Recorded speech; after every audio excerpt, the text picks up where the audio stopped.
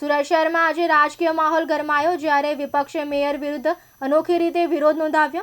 ખજોદ વિસ્તારમાં ઊભા થયેલા કચરાના ડુંગરોનો મુદ્દો બનાવીને વિપક્ષ દ્વારા એક ખાસ કચરાનો પિરામિડ એવોર્ડ તૈયાર કરવામાં આવ્યો। આ એવોર્ડ મેયરને આપવાનો પ્રયાસ કરાયો, પરંતુ આ પ્રતિકાત્મક વિરોધ મ્યુનિસિપલ રાજકારણમાં હડકંપ મચાવી દીધો। વિપક્ષનું કહેવું છે કે આ એવોર્ડ મેયરને શહેરની વાસ્તવિક સ્થિતિ બતાવવા માટે પ્રતીક રૂપે તૈયાર કરવામાં આવ્યો। વિપક્ષી નેતાએ આક્ષેપ કરતા કહ્યું કે મેયર માત્ર ફોટો સેશન, સન્માન સમારોહ અને એવોર્ડ લેવા માટે સક્રિય રહે છે, પરંતુ સુરત શહેરની ગંભીર સમસ્યાઓ પ્રત્યે સંપૂર્ણ બેદરકાર છે। વિપક્ષે વધુમાં આરોપ લગાવ્યો કે જ્યારે તેઓ આ પ્રતિકાત્મક એવોર્ડ મેયરને આપવા ગયા ત્યારે મેયરે તેમને મળવાને બદલે ત્યાંથી નીકળી ગયા હતા। વિપક્ષના જણાવ્યા મુજબ સુરતના ખજોદ વિસ્તારમાં આશરે 14 લાખ મેટ્રિક ટન કચરાના ઢગલા એકઠા થઈ ગયા છે। નિયમ મુજબ રોજનો અંદાજે 2500 મેટ્રિક ટન કચરો વૈજ્ઞાનિક પદ્ધતિથી નિકાલ થવો જોઈએ, પરંતુ હકીકતમાં એવું નથી, તેવો ગંભીર આક્ષેપ કરવામાં આવ્યો છે। વિપક્ષે કચરા નિકાલની કામગીરીમાં પણ મોટા પાયે ગેરરીતિ હોવાનો દાવો કર્યો।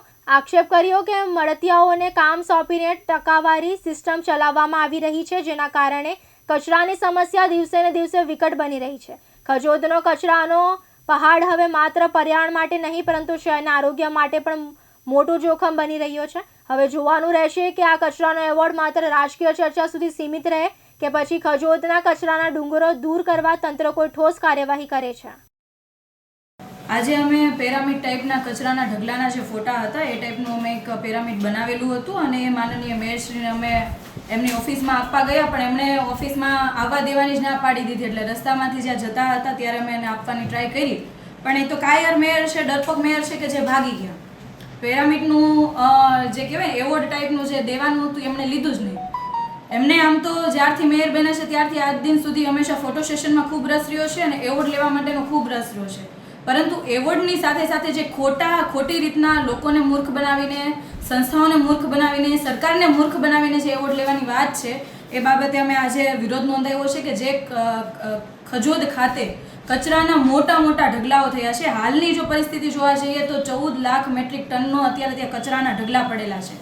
તો આ બાબતે અમે અગાઉ પણ પ્રેસ કોન્ફરન્સના માધ્યમથી પણ ધ્યાન દોર્યું હતું અને આવી ઘટના તો ત્યારે સામે આવે છે કે જ્યારે કોઈ બીજા વ્યક્તિઓ ગેરકાયદેસર રીતે જે કચરાના ઢગલા બહાર ઠલવાય છે, કચરો બહાર નિકાલ કરાય છે, એ બહાર આવે છે ત્યારે ખબર પડે છે કે કરોડોનો કચરાનો કહેવાય ને કે 14 લાખ મેટ્રિક ટન કચરો હાલમાં ત્યાં પડ્યો છે।